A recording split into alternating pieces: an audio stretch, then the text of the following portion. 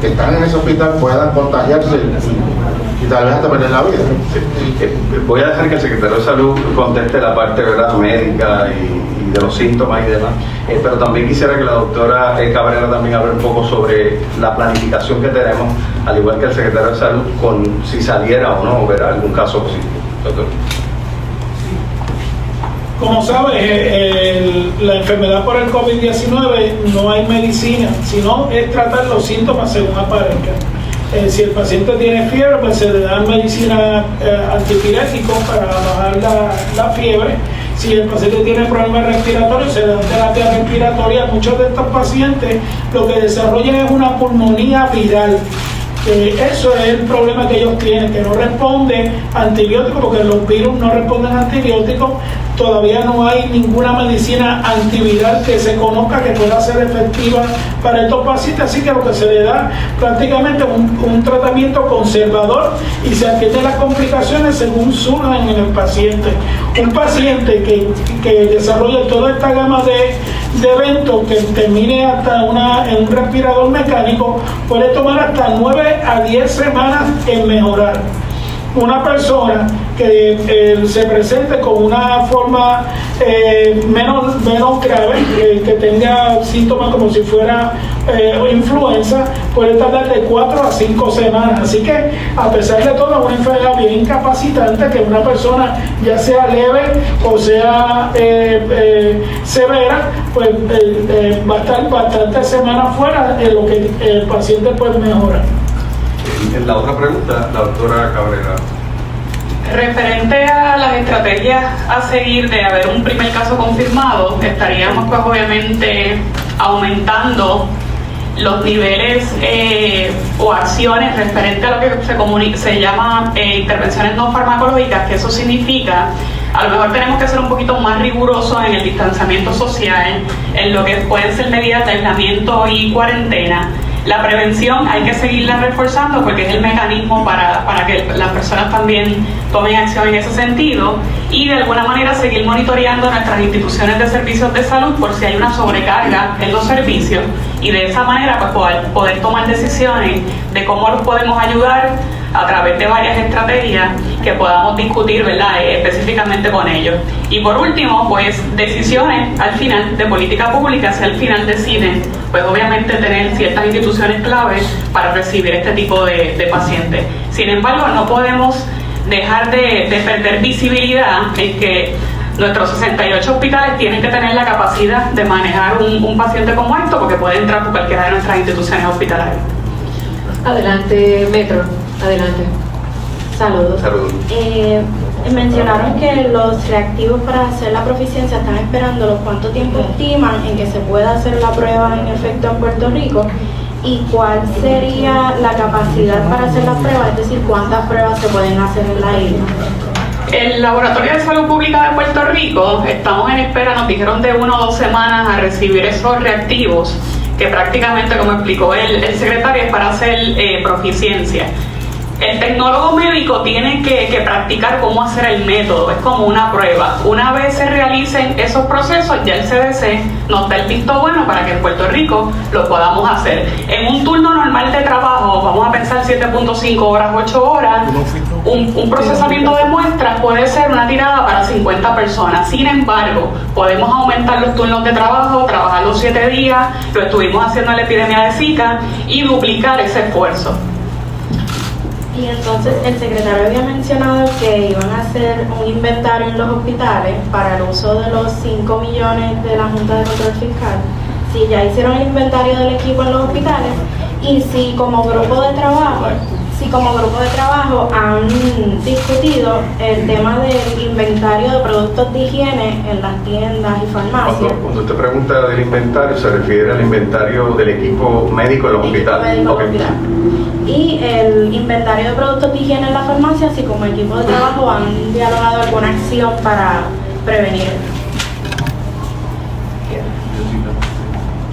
Pues es importante pues monitorear cómo están los diferentes, yo creo que aquí el punto clave es el equipo de protección personal, así que el personal de administración, presupuesto y finanzas del Departamento de Salud ha determinado cuáles son las prioridades, así que la campaña de medios para seguir con los mecanismos de prevención es sumamente importante, y la necesidad de equipo de protección personal para habilitar ese tipo de y también para el personal de primera respuesta. Así que yo les diría que lo que pudieran ser el equipo de protección personal, campaña de medios y también productos para desinfectar es la prioridad. Siempre volviendo a recalcar que ante la escasez de ciertos desinfectantes, el agua y jabón es la prioridad. No, Jessica, ella preguntó el inventario para que le aclare eso. Que puede utilizar cada institución, o si en algún momento pues hay una escasez de los mismos, poder hacer las debidas peticiones a través del gobierno federal. Al momento, ¿cómo están esos inventarios? Sí, al momento, obviamente, como no hay casos, pues monitoreamos los 68 hospitales de cómo están, y hasta ahora pues sí tienen los recursos. Y los reactivos 1 o 2 semanas, el primero y miércoles, aquí el domingo. Vuelvo y repito otra vez. Se habló con el CDC de Dengue Branch, que ellos pues están ahora mismo haciendo la proficiencia, y ellos se ofrecieron a ayudarnos a nosotros en lo que el Departamento de Salud, el Laboratorio de Salud Pública puede hacer la prueba en adelantar y hacerlo. Ellos ahora mismo están tomando un examen, la proficiencia es un examen, donde yo tengo que hacer yo tengo un desconocido que yo no sé cuál de las muestras va a ser positiva, y ellos están haciendo esas pruebas. Luego esas pruebas las mandan al CDC y le dicen, bueno, sacaste el 90, puedes hacer las pruebas. Te colgaste, tienes que volver otra vez a hacer las pruebas y ver en qué fallaste. Eso que se llama proficiencia, es estar seguro que las personas que cogen una muestra la trabajen bien y que el resultado sea el más acertado posible. Eso es proficiencia. No va a ser el miércoles porque se le ha hecho el... Bueno, yo no sé si ellos lo están haciendo, empezaron ayer y hoy. Si ellos pasan el examen, pues ya mañana se podría hacer. Si no, pues entonces, recuérdate que esto no está en nuestras manos. Esto es el Dengue Branch, que es el que está haciendo estas pruebas, y nos lo están haciendo como un favor a nosotros para poder hacer las pruebas aquí y no estar esperando las 2 semanas que tenemos que esperar los reactivos. O sea que esto es una gestión que se hizo, el gobierno de Puerto Rico con el CDC, para colaborar con nosotros. Sí, a lo que para aclarar bien la pregunta tuya, José, es que precisamente lo que se anunció el domingo es este esfuerzo que estamos haciendo en conjunto con el Dengue Branch, que ya para este miércoles ya teníamos que tener ese esfuerzo realizado de ese proceso, ¿verdad?, que ellos están haciendo internamente y que nos va a posibilitar en estos próximos días ya tener esa proficiencia disponible aquí en Puerto Rico. Yo tengo aquí la cita del secretario el domingo, que fue a partir del miércoles las pruebas se podrán realizar aquí. Bueno, En eso es lo que estamos esperando que el Dengue Branch nos lo confirme. Esa es la comunicación que hemos recibido de ellos y esa es la planificación que tenemos, así que esperamos que, ¿verdad?, ya mañana o subsiguientemente ya jueves o viernes, si es que o sucede algo con ellos allá, ¿verdad?, que no está en el control nuestro, pero el diálogo que ha tenido el gobierno de Puerto Rico y la coordinación con la entidad federal que se encarga de esto es para mañana miércoles tenerlo disponible, así que esperamos que así sea. Carlos Weber, adelante. Carlos Weber. Buenas tardes a todos. Mire, yo supongo que esta pregunta es para el secretario de Salud. ¿No hay una epidemióloga del Estado? Sí la hay. ¿Y dónde está? Ella no está disponible en el día de hoy porque está en un viaje fuera de Puerto Rico, pero aquí está el secretario de Salud. Yo sé que está, pero la comunidad probablemente se está preguntando precisamente eso, ¿dónde está ella? Que se supondría que ella debería estar. Sí, déjame explicarte, Carlos. Déjame explicarte. El hecho de que un funcionario no esté presente en una conferencia de prensa no hace inaccesible el que el programa o el servicio de los epidemiólogos en Puerto Rico, que no es una persona, son funcionarios públicos, epidemiólogos designados en cada región de Puerto Rico para atender a los hospitales y a los médicos por región, que de hecho le anunciamos a ustedes hace unos días atrás que le entregamos tanto a la Asociación de Hospitales y a los médicos una lista de esos epidemiólogos, porque es a ellos a quien el médico o el hospital va a llamar. Así que, verdad que quiero aclararte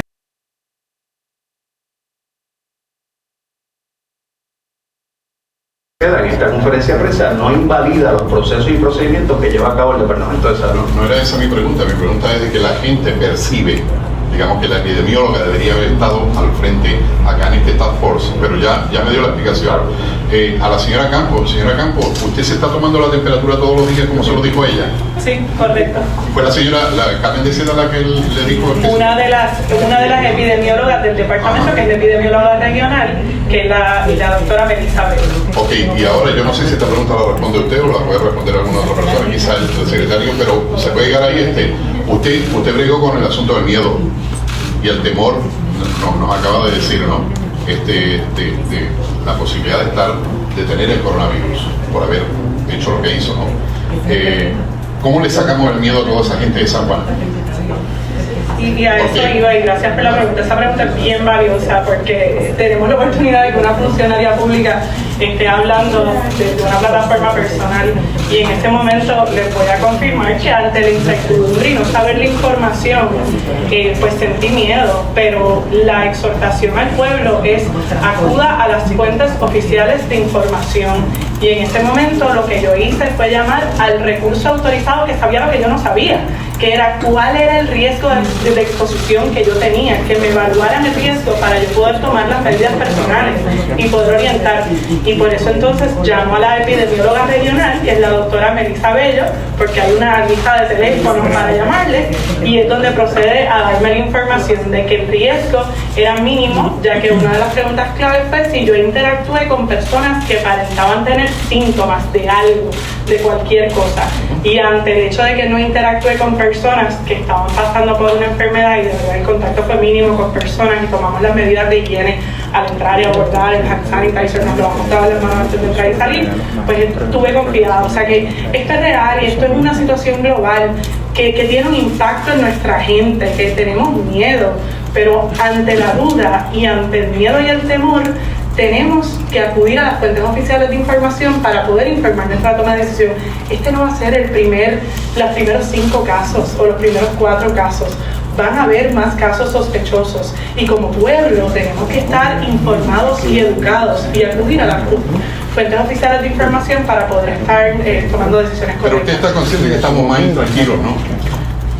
Sí, bueno, más intranquilos que la conferencia de prensa cuando se dio la conferencia de prensa para darnos tranquilidad. Mira, Carlos, yo agradezco mucho la pregunta del miedo y la intranquilidad. ¿Sabes por qué? Porque nos da la oportunidad, aquí está la directora de AMSCA, que quiero que se exprese, porque yo creo que ese sentir que usted expresa, también al otro lado, allá de las cámaras, hay muchos ciudadanos que también pudieran sentirse igual. Así que voy a dejarle a ella para aprovechar ese momento. Sí, y no hay duda. De eso se trata, no es miedo. Vamos con calma, todos tienen la misma pregunta, pero ya efectuaron la pregunta, esperen la contestación. Vamos en orden. La realidad es que el sentir miedo no siempre es negativo. El miedo es una reacción a la autoprotección y al autocuidado. Como bien se ha estado diciendo durante los últimos días, no solamente en el día de hoy, ir a las fuentes primarias de información y estar preparados, estar sintiendo ustedes y nosotros. Así que algunas estrategias para manejar esa ansiedad van desde mantenernos informados con las vías correctas, también mantener dentro de nuestra rutina, tratar de mantener la rutina lo más normal posible, incorporando los mecanismos de autoprotección que se han estado hablando. Incorporar a nuestra rutina actividades que distraigan nuestra mente, que nos traigan alegría, que nos traigan otras formas para, por lo menos por un ratito, eliminar de nuestra mente el único tema, ¿verdad?, de esto. Asegurarnos que las personas para las cuales nosotros nos sentimos responsables, nuestros niños, nuestros adultos mayores, también cuenten con los mecanismos y entiendan lo importante de lavarse las manos, lo importante de mantenernos distanciados de personas que puedan tener alguna sintomatología.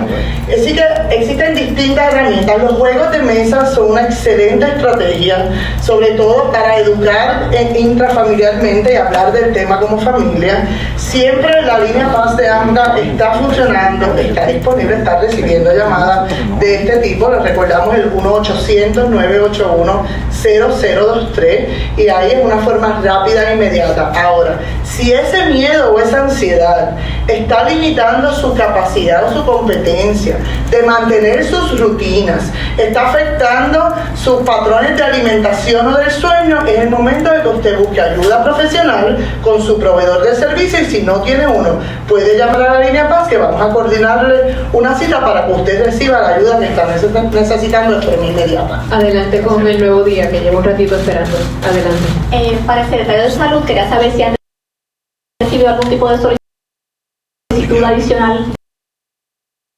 durante el día de hoy para realizar pruebas diagnósticas a pacientes que estén hospitalizados, y si existe la posibilidad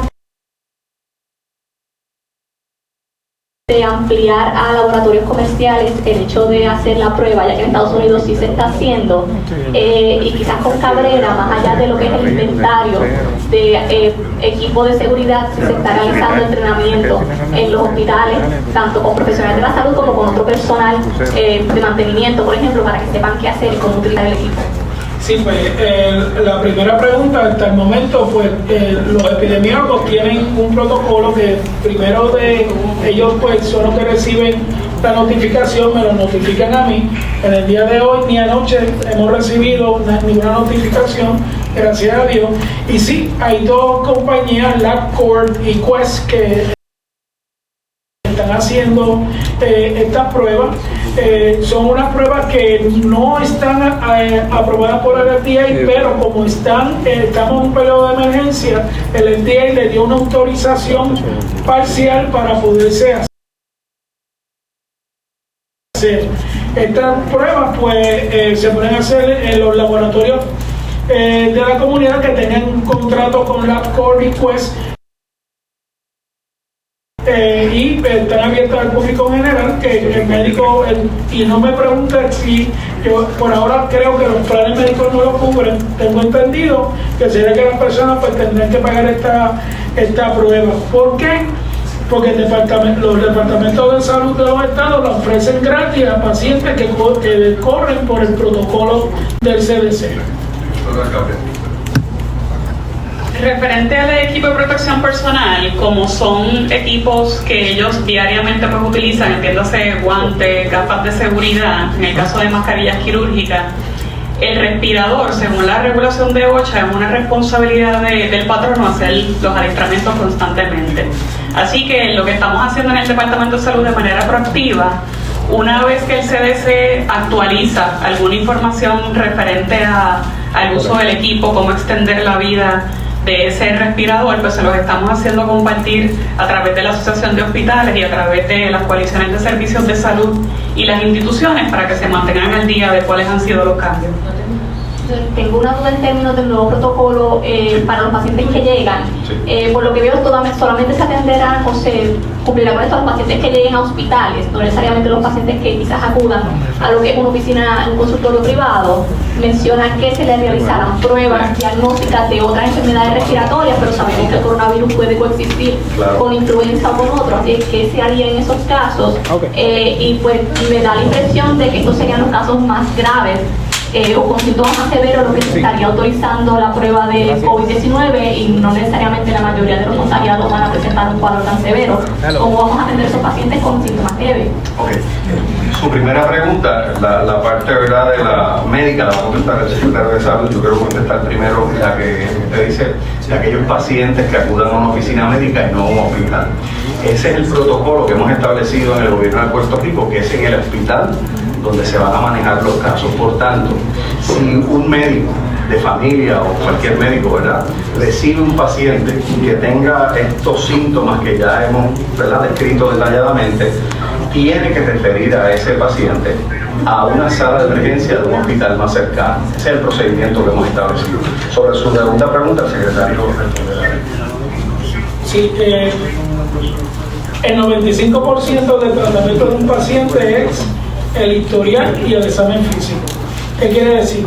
Tenemos dos condiciones que, aunque parecen los síntomas ser iguales, se diferencian en una cosa. La influenza te puede dar tos, fiebre, dificultad respiratoria, pero también te da un dolor generalizado en todo el cuerpo. Es lo típico que decimos en el alcohol de nosotros, una monga, una gripe. Mientras que el COVID no presenta así, el COVID presenta con tos, dificultad respiratoria y fiebre, y ya pues esos son unos síntomas que ya el médico es su responsabilidad dentro del historial y también preguntarle al paciente, mira, ¿tú estuviste expuesto en algún sitio? ¿Tienes alguna persona que tú creías que estaba enferma en ese momento? ¿Ves? Es parte del historial y ahí es que uno pues gestiona la condición que pasa. Se está diciendo que como los síntomas iniciales tanto de influenza como del COVID-19 son similares, lo que se está diciendo es un paciente que viene con esos síntomas, hay 5 estados que están haciendo esto en la actualidad. Están haciendo un estudio donde un paciente que viene con síntomas le hacen las 2 pruebas para ver cuál es el área por ahí, cuántos casos positivos se obtienen o no. Ya eso, cuando eso esté, el CDC va a decir, pues mira, cualquier persona que venga con estos síntomas le tienes que hacer las 2 pruebas. Y eso todavía no ha pasado, pero va a pasar. Ahora, si hay un médico que le preocupa, pues tiene la opción también de hablar con uno de los epidemiólogos. También ahora, como se liberó también ahora que si hay un laboratorio que tiene contrato con LabCorp o Quest, pues el médico puede mandarle a hacer ese laboratorio. Yo no te puedo decir cuáles son los que están bajo eso pues tendría que preguntárselo al presidente de la Asociación de Tecnólogos Médicos, pero que hay opciones ahora que no habían antes.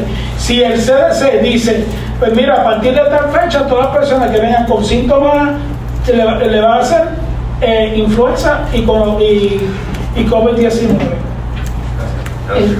El vocero, adelante. Bueno, yo tengo 2 preguntas. La primera, quería saber que detallaran un poco mejor el protocolo que se está siguiendo en los hospitales una vez llega la persona, incluyendo cuando sea transportada en una ambulancia, y cómo se está manejando porque se hacen las pruebas confundiéndose con influenza. En el caso del hospital de Condado hemos recibido información de que muchas veces los pacientes se quedan en la sala de emergencia esperando, y entonces si es un caso sospechoso de coronavirus, pues ese riesgo. Y la segunda pregunta que tengo es en términos de cómo el Estado va a manejar los casos, o si han recibido casos sospechosos adicionales con el cambio de las guías del CDC que habían mencionado Marta Cabanillas como Víctor Ramos ayer, que habían médicos que habían hecho acercamientos, le habían dado información de que habían recibido que se debían hacer las pruebas a otros pacientes. Quería saber si eso se había realizado. Pues voy a comenzar por la última pregunta para dejar a la doctora Cabrera. La respuesta a la última pregunta es no. No hay ningún otro caso al momento, aparte de los 4 que ya hemos mencionado en la mañana de hoy. Claro. Es importante volver a repetir el procedimiento. El paciente tiene que llegar a una sala de emergencia de un hospital. Allí un médico tiene que determinar, bajo el criterio médico, que ese paciente tenga fiebre, tos seca y dificultad respiratoria, y a su vez tiene que hacerle la prueba de influenza o una prueba de enfermedad transmisible respiratoria, ¿verdad? A discreción del médico, cualquiera de las 2. Luego de eso tiene que determinar el médico que la condición de ese mismo paciente requiere una hospitalización por pulmonía o por cualquier enfermedad respiratoria aguda. O sea que la persona puede estar en sala de espera hasta que no se realice. No. Fíjense que le estoy diciendo que la condición del paciente va a requerir una hospitalización. Ya ese elemento de la hospitalización activa automáticamente el que ese médico tiene que levantar el teléfono y llamar a un epidemiólogo regional para que se autorice inmediatamente la prueba de COVID-19. Voy a dejar a la doctora Cabrera y al secretario. Todo protocolo del hospital empieza, el paciente llega a la sala de emergencia y pasa por un triage.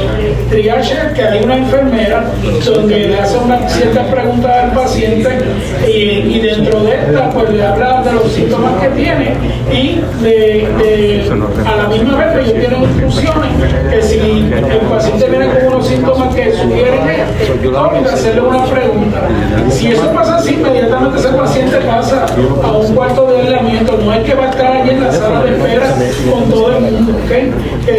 Quiero aclarar esto porque estos son los procedimientos de todos los hospitales. Todos los hospitales tienen un área que se llama triage, es donde se discierne a los pacientes, porque tú tienes que ver que hay pacientes que pueden esperar, hay pacientes que van con otras condiciones agudas, que pasan directamente a la sala de emergencia. Una vez la institución hospitalaria pues necesita hacer un traslado a través de emergencias médicas, es importante que esa comunicación, y así mismo está establecido en la guía que está haciendo el negociado de emergencias médicas, pues implica que haya una notificación previa a la institución donde se va a recibir ese paciente. El personal prehospitalario, los técnicos paramédicos pues se van a preparar con el debido equipo de protección personal y que ya la institución esté lista para recibir al paciente. ¿Eso pasó el domingo? No, en el caso del cáncer, no, porque en el caso de la persona italiana del matrimonio, los de la ambulancia fueron con ese equipo. Sí, en este caso fue de ambulancia privada. Adelante, Noti1, por favor. Sí, buenas tardes. Tengo varias preguntas. La primera, ¿cuánto tiempo está el virus vivo en el aire en comparación con las superficies o con la ropa, toda vez que hay veces que en los aviones hay mucha gente? ¿Qué tiempo? ¿Hay alguna variación en términos? Pues mira, hay varios estudios. Hay un estudio de Alemania, hay otro de Estados Unidos. El de Alemania dice que los primeros 10 días que la persona está asintomática es cuando más contagioso puede ser, porque hay más concentración en el aerosol, en la saliva del virus. Que después de los 10 días pues baja la cantidad y el paciente es menos contagioso. Eso es uno. Hay otro estudio que dice que puede ser hasta 20 días, así que no se sabe en sí, hay discrepancia entre dos estudios que dicen esta aseveración. Lo que sí te puedo decir que en el periodo de 1 a 14 días se ha visto que los pacientes empiezan a desarrollar síntomas el día 4 al 6. Es el pico donde el paciente puede presenta, la mayoría de los pacientes presentan síntomas. Puede ser hasta el día 14, pero la mayoría presentan el día 4 a 6. O sea, para simplificar entonces la situación, una persona que pudo haber portado el COVID-19, aunque esté asintomático, una vez habló y interactuó con las personas. Por eso, si eso fue el ambiente, ¿cuánto? Eso es lo que te quiero decir, que es la transmisión comunitaria. De eso que se trata. ¿Ve? Por eso es que si una persona viene, ahora mismo yo no lo quiera, salgo con COVID positivo, todas las personas que están aquí se tienen que hacer la prueba, porque estuvieron en contacto conmigo. Y entonces serían 50 pruebas. Ok, tengo otra pregunta con relación a lo que Carla Campos había dicho acerca de la interacción con estas personas que estuvieron ahí en el barco Costa Luminosa. Nos llega información y sabemos, como estableció ahorita la compañera Nereida, que hay mucha información que está rodando, y nos llega información a uno de que dentro de esos empleados de la compañía de turismo hubo una persona que la mandaron a quedarse en su casa, que le impartieron instrucciones. ¿Es eso cierto? Completamente falso. No hay ninguno de los empleados que subió al Costa Luminosa que le hayan pedido, solicitado que se mantenga en su casa. Completamente falso. Gracias. Adelante, Jeremy, División, y voy con Dr. Chopper. Sí, buenas tardes ya. Quería saber con relación a la posibilidad de establecer una institución hospitalaria o ya sea un piso específico para atender los casos de coronavirus. O sea, dijeron que lo están contemplando, pero ¿qué significa eso de que no están contemplando? Bueno, voy a ser un poco más específico sin mencionar la institución hospitalaria. Ya hay una planificación a ese respecto, Jeremy. Obviamente, en este momento nos vamos a reservar esa información. No descartamos, ¿verdad?, mañana o posteriormente a mañana en los diálogos que vamos a tener con ustedes, poderle informar. Pero sí, ya eso está previsto. Le pregunto porque conversamos con algunos directivos de hospitales y nos manifestaron esa preocupación, tomando en cuenta que ellos dicen que los hospitales no están diseñados para atender epidemias, que hay un límite, ¿no?, o que está limitado el inventario con relación al equipo médico, porque mucho de eso se produce en China y ha reducido esa producción. Y ellos también enviaron una pregunta al gobierno, si el gobierno tenía suficiente inventario sobre eso para también ayudar a los hospitales en ese sentido. Y ¿verdad?, no sé si ustedes tienen una respuesta sobre eso ahora. Aparte de que las habitaciones de aislamiento, ellos dicen que están casi todas llenas. Me parece que la doctora Cabrera nos había dicho que nos iban a hacer llegar la información de cuántas habitaciones están disponibles. Nunca se nos hizo llegar, incluso nos dijeron el equipo de comunicaciones que con mucho gusto yo me voy a asegurar que hoy se te haga llegar esa información. Pero entonces nos dijeron los directivos de los hospitales que esas habitaciones estaban casi todas llenas con pacientes de otras condiciones. O sea, ¿cómo van a manejar esa situación? Nosotros monitoreamos la capacidad de camas de intensivo a diario. Hasta ahora mismo, pues sí hay los espacios, porque además de COVID, pues ellos manejan otras condiciones, pero sí tenemos la capacidad para mirar y estar pendientes diariamente de la disponibilidad de camas en ese sentido. Sí. ¿Y no tienen para proveer el equipo si les faltase a los hospitales? Va a depender cómo vaya evolucionando a nivel de unas declaraciones federales específicas y unas declaraciones de emergencia en salud pública para poder activar otros mecanismos de apoyo del gobierno federal.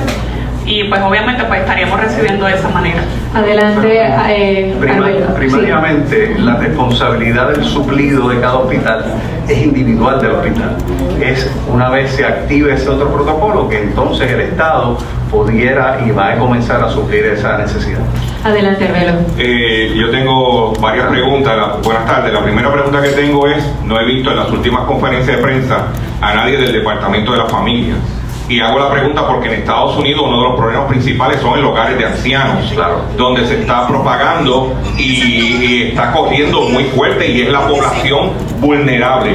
¿Qué está haciendo este Task Force para atender, ya que nos pasó con María cuando los viejitos no tenían generadores y electricidad? ¿Qué está pasando con eso? Esa es la primera pregunta. Excelente pregunta y le agradezco porque me da la oportunidad de explicar dos cosas. El hecho de la ausencia del señor secretario es por una situación de salud que no está, ¿verdad?, disponible, pero funcionarios de la agencia han estado participando en las reuniones activamente y tenemos precisamente una planificación interagencial, no solamente con familias y los adultos mayores que están en estos centros, ¿verdad?, de cuidado, sino también con el Departamento de la Vivienda.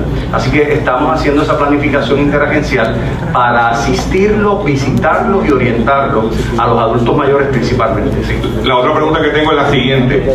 El CDC emitió una de las declaraciones ayer en la tarde donde le dice a los ciudadanos de Estados Unidos que si no tienen algo urgente, que no viajen ni por aire ni por mar, que le está diciendo si es algo de emergencia, sí, pero tratar de no viajar. ¿Qué le decimos a los puertorriqueños que estamos en una isla que deben de hacer? Sí, esas son las recomendaciones que nos da el Departamento de Salud, el CDC y la Organización Mundial de la Salud. Dado que hay una situación global que nos ocupa y las personas que presentan síntomas es algo que hay que monitorear, la recomendación es que si usted está enfermo, no viaje. Es la recomendación sencilla que emite el Departamento de Estado, consono con lo que dice el CDC y la Organización Mundial de la Salud. Luego de ello también recomiendan, si usted tiene un crucero a Asia, no viaje. Tan reciente como el lunes lo actualizaron, de que no recomiendan viajar en crucero, especialmente si tiene una situación de salud complicada. Y por último, si tiene algún viaje, en la página travel.state.gov del Departamento de Estado Federal explica cuáles son las zonas afectadas y cuáles son los avisos de viaje para cada una de esas zonas. Deben de consultar los recursos oficiales. Aprovecho que usted está en el micrófono para hacerle una pregunta, Carla. Nosotros nos preguntamos qué de importante era ir a entregarle una placa a un capitán italiano para arriesgarse usted su salud. Muchos dicen que usted lo que estaba buscando era sonido, entregándole la placa, como dicen por ahí. ¿Por qué? ¿Qué era tan importante? ¿Qué era debido a muerte que usted arriesgó hasta su vida para atender a ese capitán italiano? La pregunta que tengo para usted. El barco no había reportado ningún síntoma ni ningún pasajero que fuese paciente ni al CDC, ni al Coast Guard, ni al CBP, ni a los pilotos de la bahía. Y de igual modo, esto es un acto protocolar que se hace con cada barco que llega nuevo a la bahía. No es nada que se hizo especialmente para esto, sino que esto es uso y costumbre, y así es como procede el gobierno de Puerto Rico a recibir cualquier embarcación que llega por primera vez al puerto. Pero sabiendo la situación, porque en 8 ríos. Vamos poco a poco. El barco no venía a estar. El barco No, pero en 8 ríos, Jamaica no lo habían dejado entrar. Bien, es importante, sí, es importante, doctor Chopper, que como bien ha dicho la directora, al momento del arribo del barco, no notificó ni a las autoridades federales ni al Departamento de Salud, como establece el protocolo, de que había una persona enferma, porque no la había. Es posteriormente, entra la directora de turismo al barco, ¿verdad?, que esta persona acuda a la instalación médica del barco. Así es que en ese sentido, pues se explica claramente que no estamos ni con un trato especial ni nada, solamente este es el uso y costumbre que hace la compañía de turismo una vez un barco llega por primera vez a nuestra isla. Continuamos con CNN y después de CNN concluimos con Noti6. Sé que hay gente que tiene otras preguntas, pero les voy a pedir que por la hora, ¿verdad? Aquí mismo hacemos el arreglo para que los tomemos aparte, ¿ok? Con mucho gusto vamos a contestar todas sus preguntas. Adelante. Sí, buenas tardes. Carla Campo, ¿verdad? Es la directora de la compañía de turismo. En Estados Unidos, el senador Ted Cruz y el representante Paul Gosar, ellos decidieron aislarse por 14 días porque ellos creen que podrían tener coronavirus. Es verdad que ellos ya confirmaron que estuvieron con personas que tienen coronavirus. En Puerto Rico hemos hecho un sondeo informal en la calle y la figura de usted, con mucho respeto lo digo, me está dando miedo a los ciudadanos. ¿Por qué? Porque pudo haber tenido, y no tenemos los resultados de las pruebas. No está considerando aislarse usted o hacerse la prueba para darle tranquilidad a esos puertorriqueños, porque también sus compañeros de trabajo, nosotros aquí también. ¿Cree que sería bueno usted aislarse y hacerse una prueba de coronavirus para darle tranquilidad a los puertorriqueños? Tenemos que seguir las recomendaciones que emiten el CDC y el Departamento de Salud. Se hizo una consulta formal y la recomendación formal que da, y voy a permitir que brinden información las autoridades, porque yo soy una persona que tuvo que acudir a un recurso oficial, o sea que en ese sentido, en el momento que den una instrucción contraria, porque el riesgo al que uno está expuesto así lo amerita, definitivamente se tomarán cualquier precaución. Pero recordemos, no es nada más mi caso, son todos esos comerciantes en el viejo San Juan, son todas esas personas. Poco a poco está tratando de contestar. Si le dan una oportunidad, con mucho gusto. Tan pronto termine su contestación. Se haría la prueba ahora mismo, tenemos unos protocolos, pero necesitamos la gente que está atrás.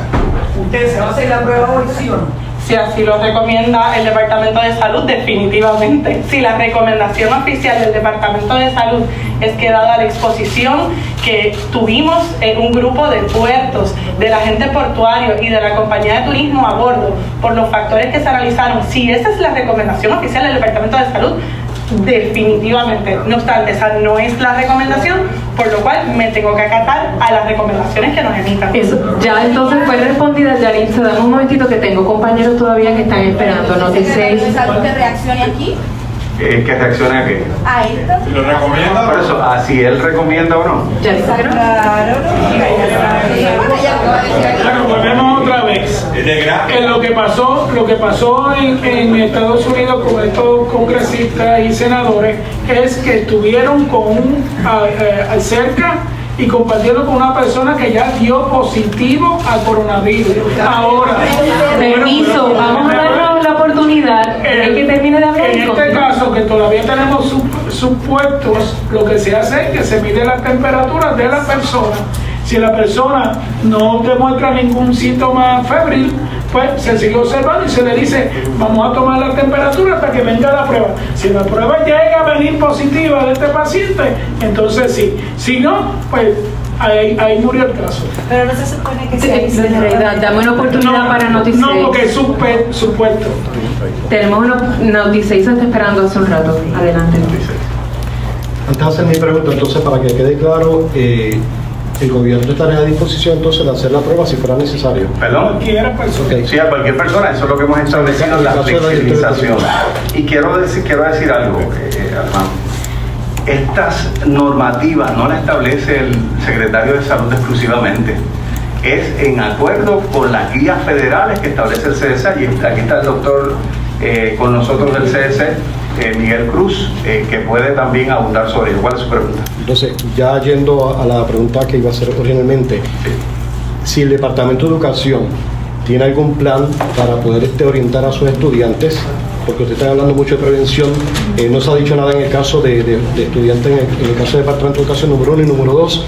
En el caso de puertos, como hay tantas personas que están buscando los productos que ahora mismo se consideran de primera necesidad, si hay algún tipo de prioridad para que en el descargue se tome en consideración eso en primer lugar.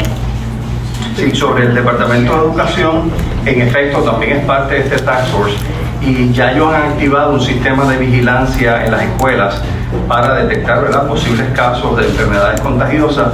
La recomendación es la misma que hacemos a los adultos, ¿verdad?, con los niños. Si el niño está enfermo, lo que le pedimos a los padres es que no lo lleve a la escuela y lo lleve a recibir atención médica. No obstante, asimismo, también las regiones educativas del Departamento de Educación mantienen junto a los directores regionales del departamento esta vigilancia activa en todo tiempo. Pero la pregunta es si se están desarrollando conferencias, charlas para los estudiantes por el caso.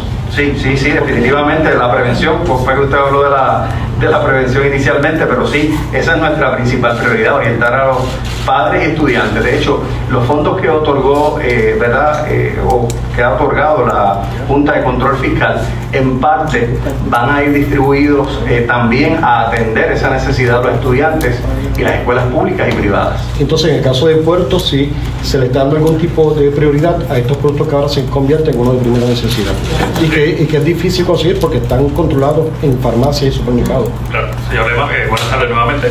Qué buena pregunta, porque me permite elaborar un poco cuál es el rol de la autoridad de puertos según nuestra ley orgánica, en nuestra función. Prácticamente nosotros lo que hacemos es mantener la infraestructura portuaria hábil para que lleguen barcos tanto de carga como de pasajeros, pero no estamos, la autoridad de puertos no tiene un mandato en ley, digamos, para hacer procesos de embarque y desembarque, eso lo hace cada línea con cada gente. Y la parte de carga en Puerto Rico, ya como todos recordarán que Puerto Rico tuvo en su momento en los 80, a principios de los 90, como política pública tener navieras, era el gobierno el que estaba en el negocio de las navieras. Ya el gobierno de Puerto Rico ya no, eso está en manos privadas. Lo que sí nosotros tenemos son conversaciones con la Asociación de Navieros y toda la comunidad aeroportuaria.